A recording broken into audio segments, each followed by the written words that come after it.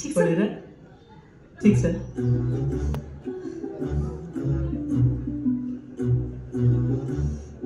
तिमीलाई यो दुईपट्टि चुल्टी बाटे कस्तो राम्रो देखिँदो रहेछ है है आज कतिजनाले भनिसक्यो मलाई है के भने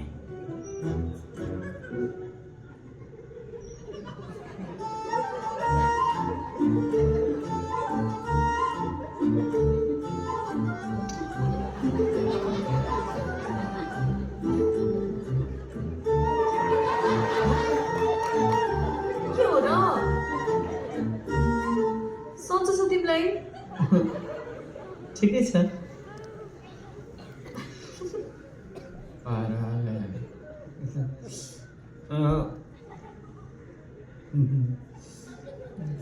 जीवनमा मैले